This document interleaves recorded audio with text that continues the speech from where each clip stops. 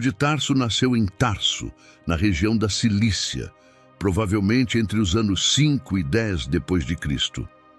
Tarso era uma cidade próspera na atual Turquia, conhecida por sua vida intelectual vibrante e suas influências helenísticas. Saulo era um cidadão romano, uma vantagem significativa naqueles tempos, o que lhe conferia uma posição de destaque e proteção legal que seria crucial em sua vida futura. Desde jovem, Saulo foi educado com rigor. Seu pai, que era um fariseu e possivelmente um homem de posição, garantiu que Saulo recebesse uma educação sólida e tradicional. Com cerca de 13 anos, Saulo foi enviado a Jerusalém para estudar sob a orientação de Gamaliel, um dos mais respeitados rabinos da época. Gamaliel era conhecido por sua sabedoria e moderada interpretação da lei mosaica. Essa educação formal fez com que Saulo se destacasse como um estudioso das Escrituras e um fervoroso defensor da lei. Durante sua juventude e início da vida adulta, Saulo se dedicou ao estudo e à prática rigorosa da lei judaica. Seu zelo pelos preceitos do judaísmo o levou a se envolver ativamente na perseguição dos cristãos. Um grupo que, na época, era visto como uma seita herética e uma ameaça à pureza da fé judaica. Os seguidores de Jesus, que se espalhavam rapidamente, eram vistos com desconfiança e hostilidade pelas autoridades religiosas e pelos fariseus, como Saulo. Com a ascensão do cristianismo e a crescente influência dos seguidores de Jesus, Saulo se tornou um fervoroso perseguidor dos cristãos. Ele acreditava que estava agindo em defesa da verdadeira fé e fez sua missão prender e punir aqueles que seguiam a nova seita. O apóstolo Estevão, um dos primeiros mártires cristãos, foi um exemplo significativo dessa perseguição. Saulo aprovou e consentiu a execução de Estevão, demonstrando seu compromisso com a causa que acreditava ser justa. A vida de Saulo estava, portanto, profundamente enraizada na tradição farisaica e na oposição ao cristianismo. Contudo, uma transformação radical estava prestes a acontecer. Em uma viagem para Damasco, com o objetivo de prender mais cristãos, Saulo teve um encontro sobrenatural que mudaria o curso de sua vida e da história cristã. No caminho para Damasco, enquanto viajava com um grupo de seguidores, uma luz resplandecente do céu brilhou ao redor dele, fazendo-o cair por terra. Essa luz era a manifestação da presença de Jesus Cristo. Saulo ouviu uma voz que lhe dizia: "Saulo, Saulo, por que me persegues?" A voz, que Saulo reconheceu como a de Jesus, continuou: "Eu sou Jesus, a quem tu persegues. Dura coisa é para ti recalcitrar contra os aguilhões." Saulo, aterrorizado e cego pela luz, perguntou: "Senhor, que queres que eu faça?" A resposta de Jesus foi clara e direta: "Levanta-te, entra na cidade, e lá te será dito o que te convém fazer." Ao se levantar, Saulo descobriu que estava completamente cego. Seus companheiros o ajudaram a levar até Damasco, onde ficou em completa escuridão e jejum por 3 dias. Durante esse período, Saulo refletiu profundamente sobre sua vida e a revelação que acabara de receber. Ele estava em estado de total confusão e desespero, sem comer nem beber, mergulhado em uma nova percepção da sua missão e da verdade que acabara de descobrir. Enquanto Saulo passava por essa experiência intensa em Damasco, havia um discípulo chamado Ananias, que vivia na cidade. Deus falou com Ananias em uma visão, instruindo-o a ir à casa de Judas, na rua chamada Direita, e buscar Saulo de Tarso. Ananias, temeroso e ciente da reputação de Saulo como perseguidor dos cristãos, hesitou. Mas Deus assegurou-lhe que Saulo era um vaso escolhido para levar o nome de Jesus perante as nações e os reis, e que ele seria um instrumento crucial para a propagação do Evangelho. Obedecendo à visão, Ananias foi até a casa de Judas, encontrou Saulo e, colocando as mãos sobre ele, disse: Saulo, irmão, o Senhor Jesus, que te apareceu no caminho por onde vinhas, me enviou para que tornes a ver e seja cheio do Espírito Santo. Imediatamente, algo como escamas caiu dos olhos de Saulo, e ele recuperou a visão. Ele se levantou, foi batizado, e após comer, recuperou suas forças. Essa experiência não só restaurou sua visão física, mas marcou o início de uma transformação radical em sua vida. Saulo, que havia sido um perseguidor implacável dos cristãos, agora se tornava um dos mais fervorosos defensores da fé em Jesus. Seu encontro com Jesus e a recuperação da visão foram o prelúdio para sua nova missão como apóstolo e evangelista, alterando o curso da história cristã e levando a mensagem do Evangelho para muitos lugares ao redor do mundo. Após sua cura e batismo, Saulo imediatamente começou a pregar nas sinagogas de Damasco, proclamando que Jesus era o Filho de Deus. Sua transformação foi tão radical e surpreendente que muitos ficaram perplexos, pois conheciam Saulo como um feroz perseguidor dos cristãos. Entretanto, a pregação de Saulo era eficaz e em pouco tempo ele começou a enfrentar oposição dos judeus que não aceitavam a mensagem de Jesus. Nesse contexto de perseguições, surge um profeta com uma visão avassaladora que mudaria toda a história. A profecia de Agabo sobre os desafios iminentes que aguardam o apóstolo Paulo está registrada no livro de Atos, no capítulo 21, versículos 10 e 11. Agabo, um profeta, vem até Paulo em Cesareia para transmitir uma mensagem do Espírito Santo. E demorando-nos ali por muitos dias, chegou da Judéia um profeta, por nome Ágabo. E vindo ter conosco, tomou o cinto de Paulo, e ligando-se os seus próprios pés e mãos, disse: Isto diz o Espírito Santo: Assim ligarão os judeus em Jerusalém o homem de quem é este cinto e o entregarão nas mãos dos gentios. Essa profecia era uma advertência clara sobre os perigos que Paulo enfrentaria em Jerusalém. O gesto simbólico de Agabo, usando o cinto de Paulo para amarrar seus próprios pés e mãos, enfatizava a inevitabilidade e a natureza restritiva dos desafios que aguardavam Paulo. O profeta alertou que ele seria aprisionado pelos judeus em Jerusalém e entregue nas mãos dos gentios, indicando um período de sofrimento e perseguição iminente. Diante dessa revelação, é impressionante observar a reação de seus amigos próximos, que imploram para que ele evite Jerusalém, temendo as consequências prenunciadas. Apesar de receber essa profecia, Paulo estava determinado a prosseguir, demonstrando sua coragem e compromisso com o chamado que sentia do Senhor. Mesmo ciente dos desafios que o aguardam, ele mantém uma determinação inabalável em seguir o chamado divino. Essa profecia serviu como uma preparação espiritual e um lembrete de que o caminho à frente seria difícil, mas Paulo estava disposto a enfrentar os desafios em nome de sua fé. Sendo assim, ele seguiu adiante em direção a Jerusalém, convicto de que estava alinhado com o propósito divino para sua vida. Ao chegar a Jerusalém, Saulo procurou se encontrar com os apóstolos. Inicialmente, os discípulos estavam céticos e temerosos em relação a ele, lembrando-se de seu passado violento. No entanto, Barnabé, um dos discípulos, interveio em seu favor, contando sobre a conversão de Saulo e seu corajoso testemunho em Damasco. Porém, os acontecimentos logo se desenrolaram de acordo com a profecia de Agabo. Os judeus de Jerusalém, influenciados por uma falsa acusação de que Paulo estava pregando contra a lei e o templo, causaram tumulto e agressões contra ele. Os judeus, especialmente os líderes religiosos, alegaram que Paulo estava contrariando a tradição judaica e desrespeitando elementos centrais da fé judaica.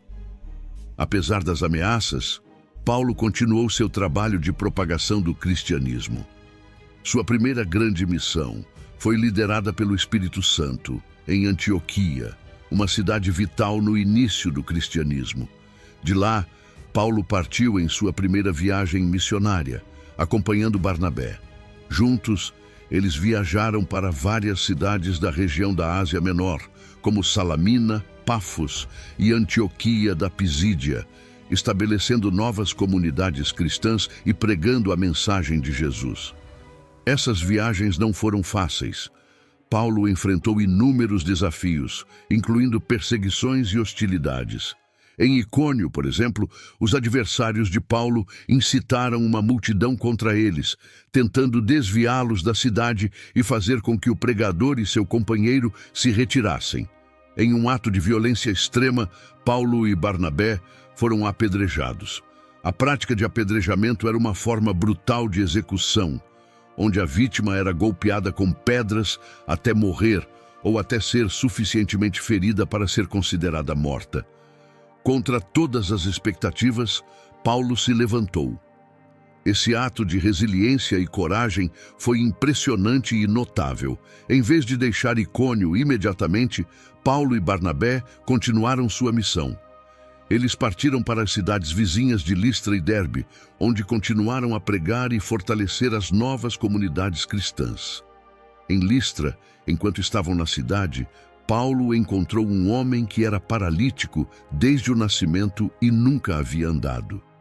Ele estava ouvindo a mensagem de Paulo, e ao ver a fé que o homem tinha para ser curado, Paulo, em um ato de compaixão e poder, ordenou ao paralítico que se levantasse e andasse. Para surpresa de todos, o homem imediatamente se levantou e começou a andar. Esse milagre causou um alvoroço entre os habitantes de Listra. Eles estavam tão impressionados com a cura que interpretaram o evento como um sinal divino. Em sua compreensão mítica e religiosa, os habitantes de Listra concluíram que Paulo e Barnabé eram deuses que haviam descido à terra em forma humana. Eles identificaram Paulo com Hermes, o mensageiro dos deuses, e Barnabé com Zeus, o deus principal do panteão grego. A reação da cidade foi rápida e exuberante. Os sacerdotes dos deuses locais, querendo honrar os supostos deuses, trouxeram touros e grinaldas para oferecer sacrifícios diante de Paulo e Barnabé. Era uma demonstração de adoração e reverência que se baseava em uma compreensão errada da identidade dos missionários. Ao perceber a gravidade da situação e a falsa adoração que estava sendo direcionada a eles, Paulo e Barnabé ficaram angustiados. Eles rasgaram suas roupas, um gesto de grande angústia e rejeição da adoração indevida, e correram para o meio da multidão. Com grande fervor, eles tentaram corrigir a percepção errônea dos habitantes de Listra. Paulo e Barnabé explicaram que não eram deuses, mas apenas seres humanos como todos os outros, e que o milagre que haviam realizado não era por seu próprio poder ou virtude, mas pela graça de Deus. Eles usaram a oportunidade para pregar sobre o Deus verdadeiro, que criou os céus, a terra e o mar, e que havia enviado a mensagem de salvação através de Jesus Cristo. Paulo e Barnabé enfatizaram que Deus não era um Deus dos panteões locais, mas o Criador que oferecia salvação e esperança para todos. Apesar dos esforços de Paulo e Barnabé para corrigir a situação, a multidão, que inicialmente estava tão animada com a presença dos deuses, foi rapidamente influenciada por outros judeus que chegaram de Antioquia e Icônio. Esses judeus, que se opunham à mensagem cristã, incitaram a multidão contra Paulo. O mesmo grupo que havia adorado Paulo e Barnabé agora se voltou contra eles, e Paulo foi apedrejado novamente. A segunda viagem missionária de Paulo foi marcada por um crescimento significativo da igreja.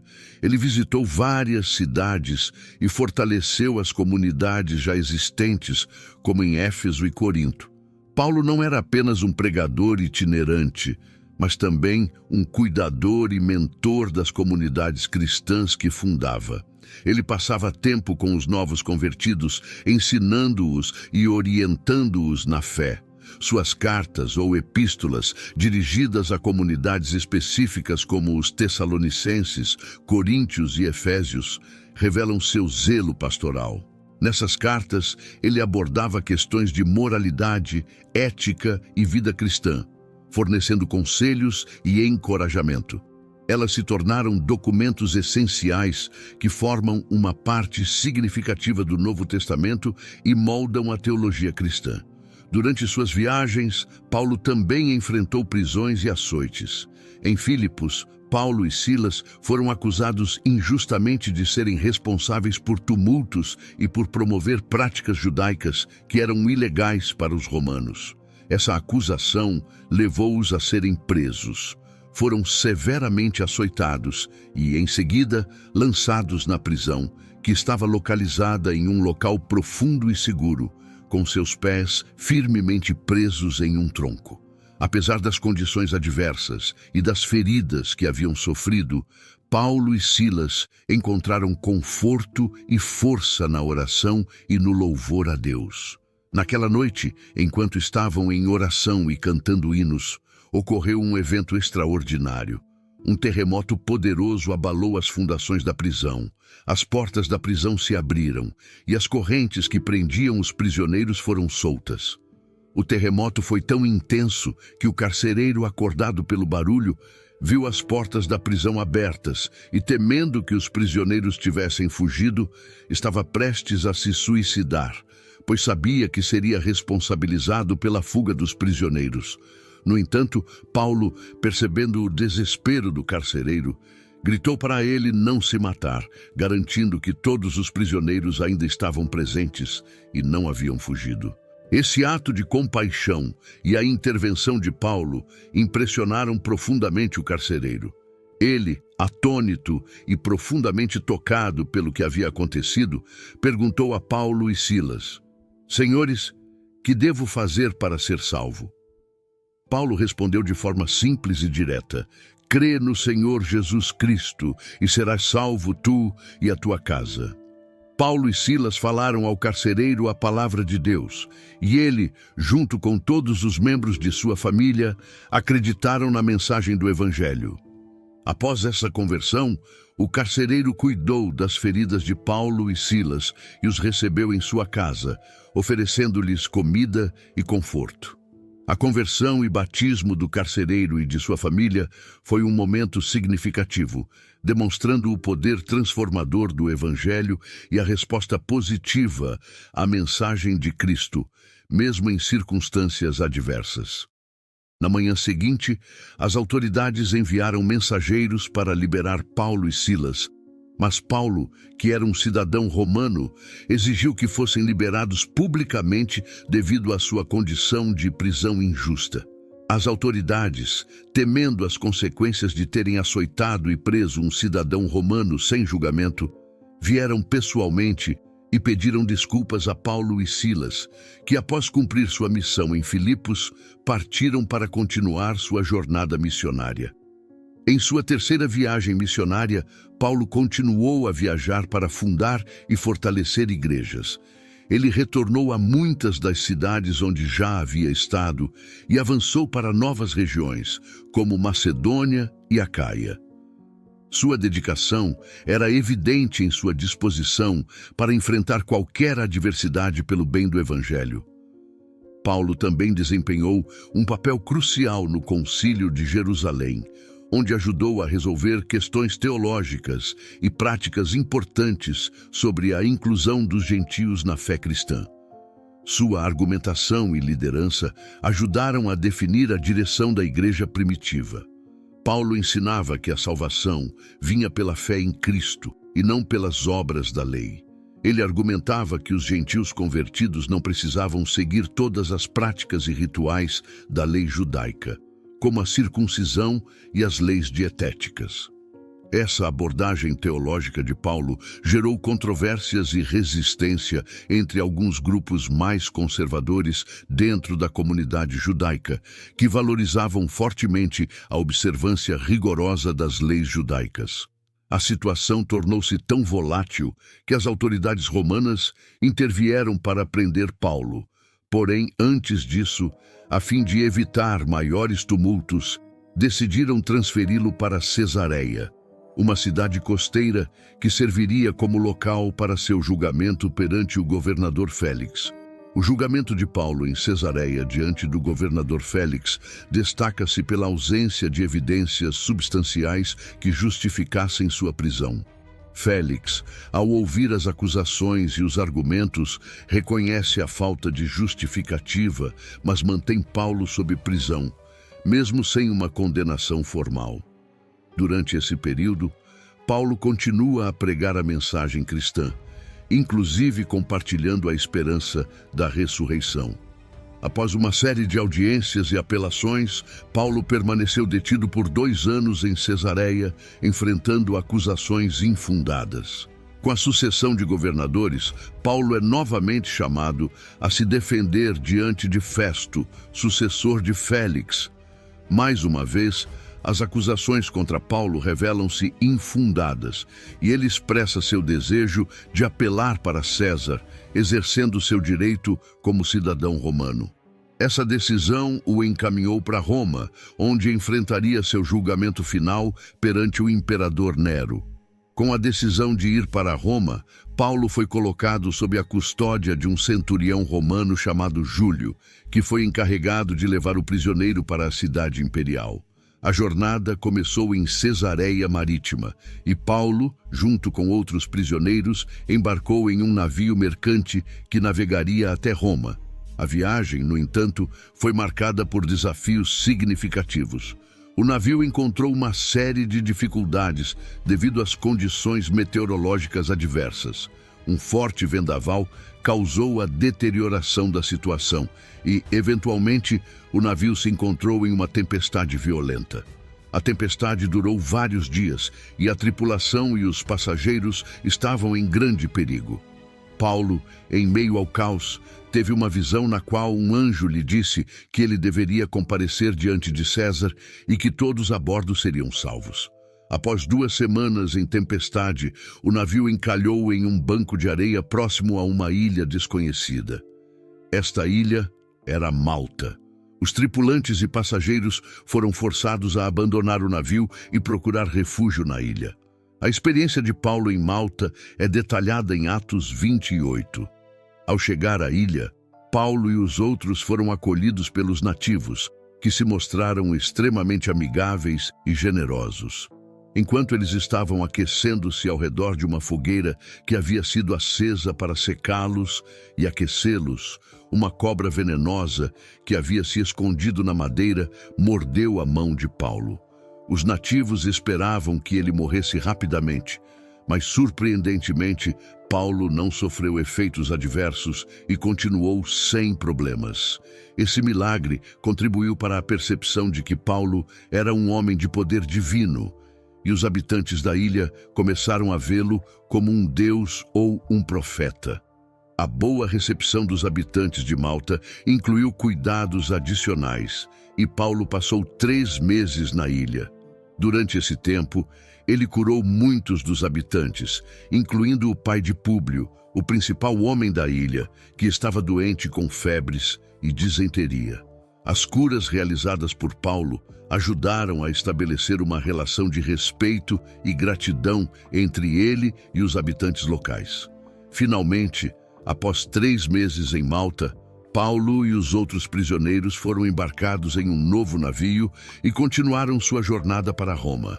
Após enfrentar uma série de desafios e adversidades durante sua jornada, Paulo finalmente chegou a Roma.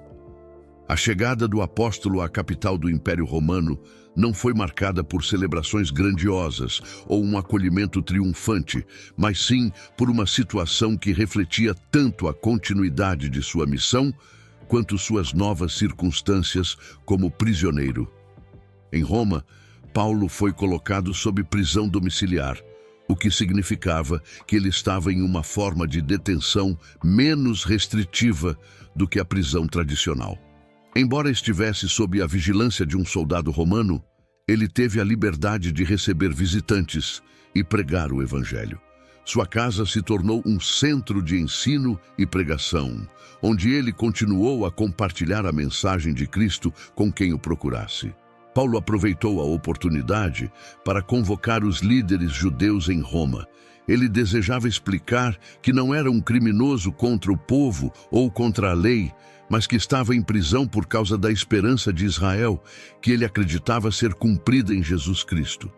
Ele discutiu as Escrituras com eles e lhes apresentou Jesus como o Messias prometido. A resposta foi mista. Alguns dos líderes judeus aceitaram a mensagem e se converteram, enquanto outros rejeitaram suas palavras e discordaram, gerando um confronto e uma divisão entre eles. O período de Paulo em Roma foi um epílogo significativo em sua jornada missionária, marcando uma fase de conclusão e reflexão. Mesmo em prisão domiciliar, ele não se deixou desencorajar. Continuou a pregar e ensinar, impactando vidas e fortalecendo a fé dos cristãos que vinham visitá-lo. O livro de Atos dos Apóstolos encerra com a descrição de Paulo em Roma, pregando o reino de Deus e ensinando a respeito do Senhor Jesus Cristo, abertamente e sem impedimentos. Durante seu tempo em Roma, Paulo também dedicou-se a escrever cartas que hoje são conhecidas como as Cartas da Prisão: Efésios, Filipenses, Colossenses e Filemão. Essas epístolas são carregadas de profunda teologia e sabedoria, oferecendo encorajamento e instruções pastorais. Elas abordam temas cruciais sobre a natureza de Cristo, a vida cristã e a importância da unidade e da fé em Cristo. A segunda epístola a Timóteo é especialmente notável por seu tom pessoal e reflexivo. Considerada uma das últimas cartas de Paulo, ela revela seu estado de espírito enquanto enfrentava a perspectiva de sua morte iminente. Paulo, ao escrever a Timóteo, expressa um senso de conclusão e realização em relação ao seu ministério. Ele menciona suas lutas e a perseverança que demonstrou ao longo dos anos, afirmando que sua vida está prestes a terminar. Ele declara com coragem que já estou sendo derramado como uma oferta de bebida e que o tempo da minha partida chegou. Apesar da sua situação, ele não demonstra desespero, mas sim um sentimento de paz e satisfação. Ele celebra sua fidelidade ao Evangelho e o bom combate que lutou, reafirmando sua confiança em ter guardado a fé. Em uma das suas declarações mais memoráveis, Paulo reflete sobre as tribulações e sofrimento, como registrado na segunda epístola aos Coríntios, capítulo 4, versículos 17 e 18. Porque a nossa leve e momentânea tribulação produz para nós um peso eterno de glória muito excelente, não atentando nós nas coisas que se veem, mas nas que se não veem, porque as que se veem são temporais e as que se não veem são eternas. Essa perspectiva revela a visão de Paulo sobre o sofrimento e a sua capacidade de enxergar além das dificuldades imediatas, mantendo a esperança na recompensa eterna prometida por Deus. No ano de 64 depois de Cristo, Roma foi devastada por um grande incêndio que queimou extensas áreas da cidade. Sob o reinado do imperador Nero, as chamas destruíram vastas áreas residenciais e comerciais, deixando grande parte da população desabrigada e provocando uma enorme destruição. A causa exata do incêndio permanece envolta em mistério, mas algumas fontes históricas levantam a suspeita de que Nero poderia ter tido algum envolvimento no desastre. Nero tinha ambições de reformar Roma, e o incêndio forneceu uma oportunidade para redesenhar a cidade de acordo com seus próprios projetos arquitetônicos grandiosos. Ele tinha planos para reconstruir partes da cidade com novos edifícios e avenidas, e a destruição causada pelo incêndio poderia facilitar a realização desses planos. Em seus esforços para restaurar a ordem e ganhar a favor do povo, Nero se deparou com um grande desafio: lidar com o crescente descontentamento público em meio à devastação. Algumas fontes históricas, como o historiador romano Tácito, sugerem que Nero pode ter tocado sua lira e cantado poemas enquanto observava o incêndio, o que alimentou a ideia de que ele estava de alguma forma envolvido ou que não estava preocupado com o sofrimento dos cidadãos. Esses relatos controversos contribuíram para a percepção de que Nero tinha algum grau de responsabilidade pelo desastre. Para desviar a culpa de si mesmo e apaziguar a crescente raiva da população, Nero procurou um grupo marginalizado em Roma para servir de bode expiatório. Os cristãos, que já eram mal vistos e frequentemente alvo de suspeitas e hostilidade, tornaram-se o alvo perfeito para suas estratégias de desvio de culpa. A fé cristã era vista com desconfiança pelas autoridades romanas, e os seguidores de Jesus eram frequentemente incompreendidos e perseguidos. Nero iniciou uma brutal campanha de perseguição contra os cristãos, acusando-os injustamente de serem os responsáveis pelo incêndio. Esta perseguição foi implacável e cruel. Muitos cristãos foram presos, torturados e submetidos a métodos de execução horrendos. Entre os métodos de execução utilizados estavam a crucificação, o lançamento às arenas para serem devorados por animais selvagens e o uso como tochas humanas para iluminar as ruas da cidade durante a noite. Outros foram decapitados. Essas execuções públicas e cruéis não apenas serviram para satisfazer a necessidade de um culpado para o incêndio, mas também funcionaram como um meio de intimidar e controlar a população romana. O sofrimento e a morte dos cristãos foram usados para desviar a atenção do imperador Nero e consolidar seu poder em um momento de crise. Essa perseguição, que ocorreu em um período de grande devastação e desordem, marcou um capítulo sombrio na história do cristianismo, demonstrando a brutalidade e a injustiça enfrentadas pelos primeiros seguidores da fé. No ano de 67 d.C., Paulo, o apóstolo, enfrentou uma nova prisão em Roma, que se mostrava bastante diferente das anteriores. Desta vez, havia um senso sombrio e inevitável de que sua vida estava chegando ao fim. Paulo tinha plena consciência de que não escaparia da condenação, e suas últimas cartas refletem essa certeza. Em sua segunda epístola a Timóteo, ele expressa uma convicção profunda de que havia combatido o bom combate, terminado a corrida e guardado a fé. Este sentimento de conclusão e realização permeia suas palavras, mostrando que ele se via como alguém que havia cumprido sua missão. A tradição cristã relata que, sob o reinado do imperador Nero, Paulo foi condenado à pena de morte. Como cidadão romano, Paulo tinha o direito de ser executado por decapitação, um método que, embora letal, era menos cruel e humilhante em comparação com outras formas de execução usadas na época, como a crucificação. Ele foi decapitado à beira da estrada que ligava Roma a Óstia, um local que simbolicamente conectava a capital imperial com o mar, um ponto de trânsito entre a cidade e o mundo exterior. A escolha do método de execução para Paulo, considerando seu status de cidadão romano, estava em contraste com a forma como Pedro, um contemporâneo de Paulo, foi executado. Pedro, também preso durante o reinado de Nero, foi crucificado de cabeça para baixo no circo de Nero, uma execução que refletia o desprezo dos romanos por aqueles que eram considerados subversivos ou indignos. O legado de Paulo é vasto e duradouro, oferecendo uma fonte de reflexão e inspiração para os cristãos ao longo dos séculos. Sua vida e missão foram marcadas por um compromisso inabalável com o Evangelho, e suas cartas continuam a ser um testemunho vívido de sua fé e perseverança.